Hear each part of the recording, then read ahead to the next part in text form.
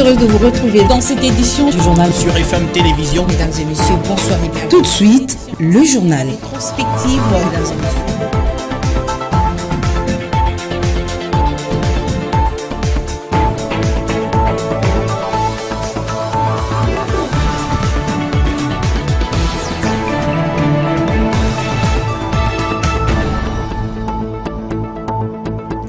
Bonjour à tous, bienvenue dans ce bulletin d'information sur FM Télévision pour vous informer d'intenses combats ont éclaté depuis jeudi sur la ligne de front entre les FARDC et les rebelles du Rwanda soutenus par, les rebelles du M23 soutenus par le Rwanda. Jusqu'à dimanche soir, des détonations ont été entendues sur l'axe Tamigena. L'armée parle de 4 civils tués et 40 blessés. Les détails, c'est dans ce commentaire. Ces affrontements avaient repris jeudi sur l'axe Rangina-Rwanguba-Tchenguerero, mettant ainsi un terme à une longue période d'accalmie sur la ligne de front. Selon le général Sylvain Ekenge, au moins un civil a été fauché par les bombes rwandaises et 5 autres personnes blessées dans cette région. Jusqu'à dimanche soir, le bilan a évolué. Dans l'axe Tamungenga, on parle de 3 civils tués et 35 autres blessés, dont les enfants à Niabikoro, près de l'hôpital de Rwanguba. Ce deuxième lieu qui a été attaqué était en réalité un nouvel essai après que les rebelles du Rwanda puissent échouer leur offensive de jeudi dernier. Dans l'ensemble, nos hommes se comportent de manière exemplaire sur le terrain et les forces loyalistes continuent à fixer l'ennemi. La situation est sous leur contrôle dans tous les fronts, a noté le commandant du service de communication et d'information dans un communiqué. Pour l'heure, la cité stratégique de Bunagana, dans le Rutshuru, reste détenue par le Rwanda. Les forces armées de la RDC promettent des actions de grande envergure pour la récupération de cette cité. Ceci renvoie également aux déclarations récentes de Félix Tshisekedi à un média britannique.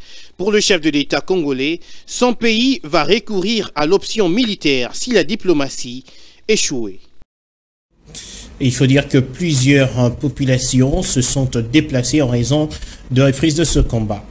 Désormais, plus de cohabitation entre les vivants et les morts. Les maisons anarchiques construites au cimetière de Kinsuka ont été démolies le week-end dernier. L'autorité provinciale qui était présente sur terrain lors de ces opérations a promis de le poursuivre donc dans différents sites de la ville-province de Kinshasa. Fifi Kalumbo. De la parole à l'acte, voilà l'exercice que s'est fait le gouverneur de la ville de Kinshasa qui a respecté sa parole des démolitions des maisons anarchiques construites dans les cimetières de Kinsuka.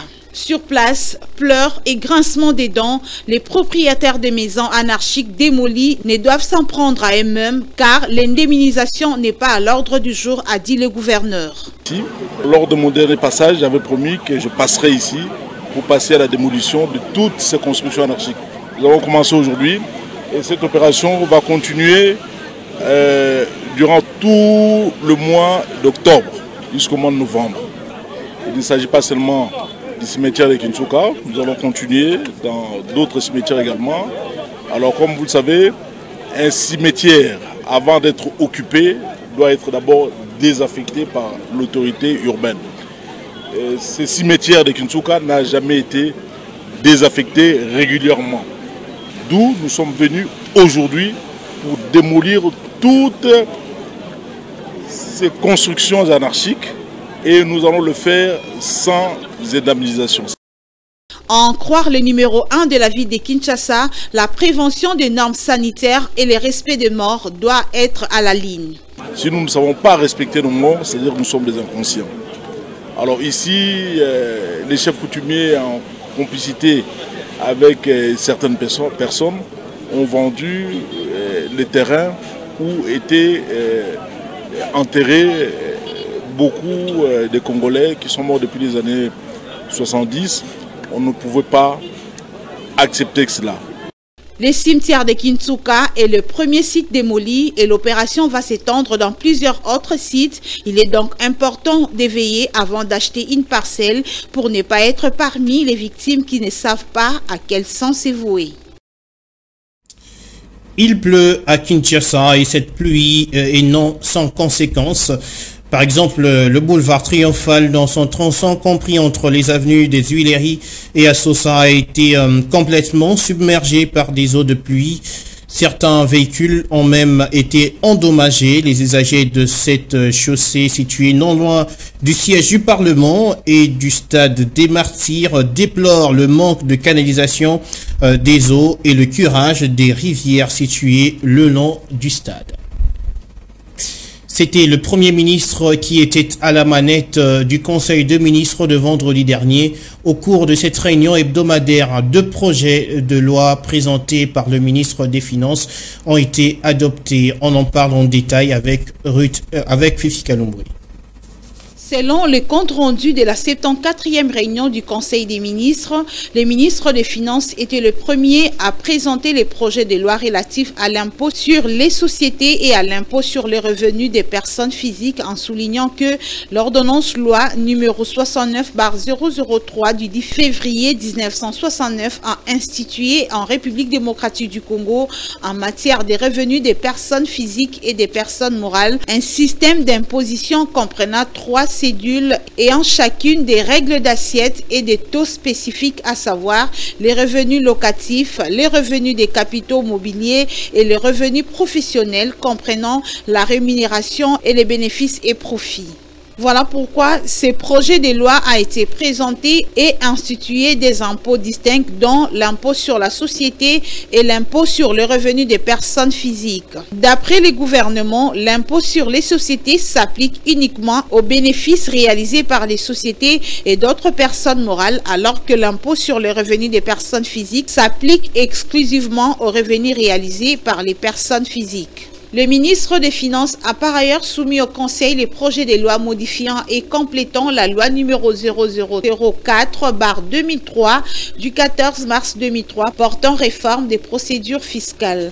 Il a par ailleurs souligné que l'instruction dans les structures du système fiscal congolais de l'impôt sur les sociétés et l'impôt sur les revenus des personnes physiques appelle la modification de la loi numéro 004/2003 du 13 mars 2003 portant réforme de procédures fiscales. La Suisse et la RDC se serrent davantage leur coude diplomatique. Il en était question lors d'une audience que le président du Sénat a accordée au nouvel ambassadeur suisse accrédité en RDC. Modeste Bahati-Lokwebo a également reçu juste après une délégation des travailleurs de Tekefungurume Mining. Le condensé, c'est avec Ruth Dinanzi.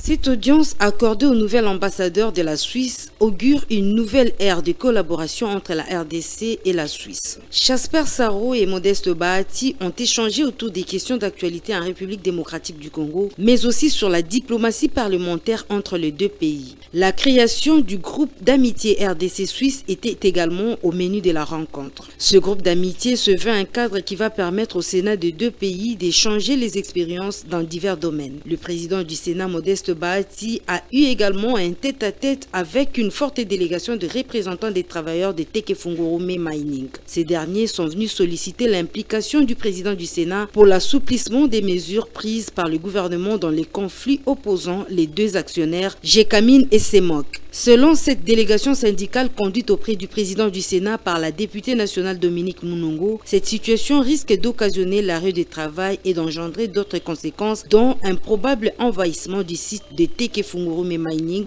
par les créateurs. C'est la fin de ce bulletin d'information. Madame, Messieurs, merci de nous avoir suivis.